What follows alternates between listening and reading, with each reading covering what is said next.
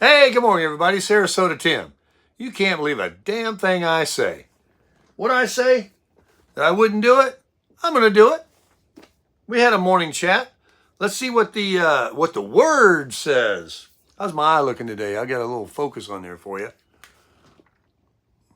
You see it? I don't know. It's a slow process, folks. It's a slow process. Anyway, I rested it good yesterday. No more nighttime driving, I can tell you that. That was scary. February 11th, reading from Jesus Calling. Don't get cheap on us, Baker. All right, here we go. My peace is like a shaft of golden light shining on you continuously. His peace is like a golden shaft. Excuse me. His peace is like a shaft of golden light shining on you continuously. God's peace. Who likes God's peace? I like to have peace. Who likes to be angst? No way. I can't take it. I'm a nervous Nelly. If I get worried about something, and we talk about that, don't worry. We don't need to worry. That's a sin. That's not showing that you're confident that God's got you under control. During days of bright sunshine, it may blend in with your surroundings. You won't see that golden light. On darker days, my peace stands out in sharp contrast to your circumstances. Wow. So he's with you when you don't think he's with you because you have the bright sunlight during the day. But on those darker days that you have, it stands out like a sharp contrast to your circumstances. See times of darkness as opportunities for my light to shine in transcendent splendor. Look for it as an opportunity. I am training you to practice peace that overpowers darkness. He's training us to practice peace that overcomes darkness. So you're being trained. God's working in you. You're a soldier. You're a student. You're a student of the word. You're a student. You're a child that a parent is raising, teaching you right from wrong, how to walk, where to go, look before crossing the street. All the things that you were being taught as a child, now that you're mature and you got a brain, you can understand things and you can read. God says, let me teach you in my ways, but be a good student. Listen. Don't just, yeah. No, he says he's teaching you. Remember, in these dark times, on a dark day, that's when you are growing. That's when his peace stands out in sharp contrast. All right? I'm training you to practice peace that overcomes darkness. Collaborate with me in this training. Do not grow weary and lose heart. Never give up. Don't grow weary. So you're going through a dark time, and you said, well, I prayed, and the next day I'm still worried. It's still happening, this issue. Don't grow weary. That's when you wake up the next day and it hasn't changed yet. You remember the next stage of what you're being taught, that you don't grow weary. You just keep steadfast. You keep doing the right things. You keep doing, when you go to a red light in your car, you stop. When you come to a stop sign, you stop. You don't change. You don't change how you worship and follow God's desires for your life. You seek him first. You seek him in everything. You ask him for everything. You have faith that he heard you and that he will answer you, yes, no, or I have something better. It may not be today. It may not be next week. It may not be next month. It may even be years, folks. I know that one's a kind of a hard pill to take, but I've read that and heard that so many times that, wow, something that you're asking for and that it may take years to come. That's a lot of patience you're going to have to endure if it's something you're wanting now and it doesn't come to fruition for years. But I suppose when that day comes, that you see that it was worth, and you see why, that it took years, So anyway, that was today's devotional. And the scriptures, the three scriptures that come to that, the first one is 2 Thessalonians in 3:16. Now may the Lord of peace himself give you peace at all times and in every way. The Lord be with you. The Lord be with all of you. Now the Lord of peace himself give you peace at all times and in every way. The Lord be with all of you. The next one is John 1 in the New Testament, 4 and 5. It's the amplified version of the Bible, meaning this is a verse that is being amplified in its way it's reading. It's not the King James version of thee, thou, thouest.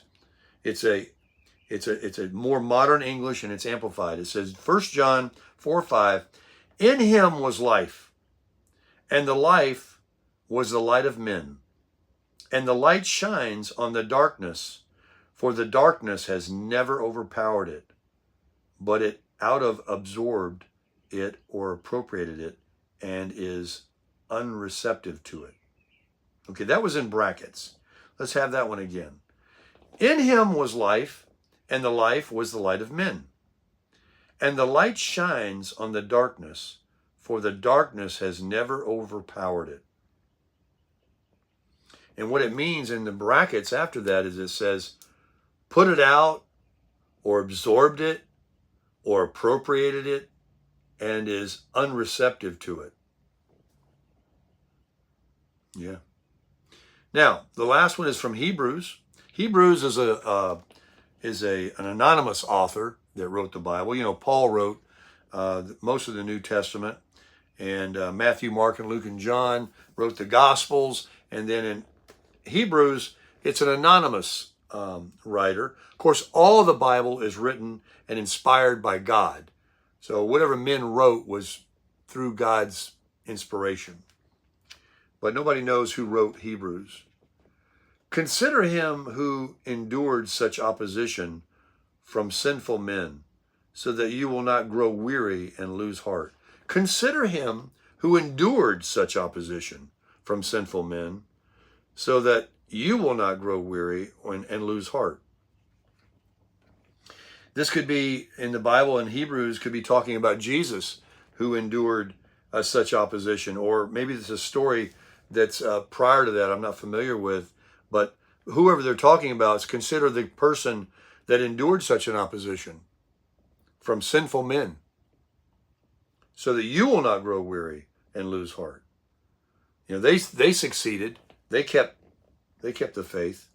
So all of this is basically saying what the devotion this morning was saying, is that my peace is like a shaft of golden light shining on you continuously. God's light shining on you. Just think, you've got he's just like on you, feeding you this light that's coming in you. During days of bright sunshine, it may blend in with your surroundings, but you're still getting it. And then on darker days, his peace stands out in sharp contrast to your circumstances. Oh, that's really comforting to know that, in dark days, you can feel God's peace on you. That's a sign of right there of someone that's grown in God and grown in the Word. And it's not saying that in this type of situation, hey, feel comforted. Don't worry. This individual is feeling comfort. They know the peace of God is on them, and in their dark circumstance, they can tell that God's shining light is helping them, and they see the circumstance. So just think about that. Once you go from baby steps and you're off baby food and you're on hard food, you're off of milk, and you got solid food now of the Word, and you can read it, and you can walk every day, because you just have to continually feed your soul. You have to read God's Word, or otherwise you get hungry. You start to lose weight. You start to lose your spirit. You don't lose your salvation, but you lose the nutrition that you feed yourself in your mind, your positivity, your awareness of light, of God on you and in you and helping you. And if you don't have that awareness and you don't feed yourself every day, it's like when you miss meals or you run out of money and you're not eating. You lose weight, you get weak. You forget. You don't have it. You have to feed yourself. Every day you have to pour living water into your soul. And then when you're beyond the milk, like I said, and you can eat and read those words and you're getting it because you're mature. You've been through some trials. You're already a Christian. You've been a Christian for years. You're correcting me like you do sometimes in the comments. Well, what he's saying there, or you didn't pronounce omniscient correctly, because you're grown. You're flourishing. You have branches. And that's great. And that's what we all esteem to have, is when we first come to the God and come to the Lord and ask for salvation, and we're babies and we're new Christians and we're born again. And that's when the trials come. That's when those people, give up or fail, or it's like, wow, this is not easy, or I'm not seeing anything happening. Their faith is weak. They're babies, but the stronger you get, you start being able to talk like I'm talking and have confidence. And believe me, I still have my days, right? Something can happen when I walk out that door, and right away I might go, ooh, I'm worrying. But I'll catch myself and I'll pray about it. And I'll realize, God, what are you doing? This is something, I know you're going to see me through it. I know you care for me. You love me. You've been caring for me these 65 years. Look where I'm at now. I'm not a destitute person. I'm healthy. I'm on here on YouTube. I'm telling others. I'm spreading the good news. I've at least evolved to a level to where I can encourage others and share. And that's what we all esteem to be, to share the word, to spread the good news. That's what he says. That's the commandment. And the number one commandment is to love. And the next commandment is to crush it.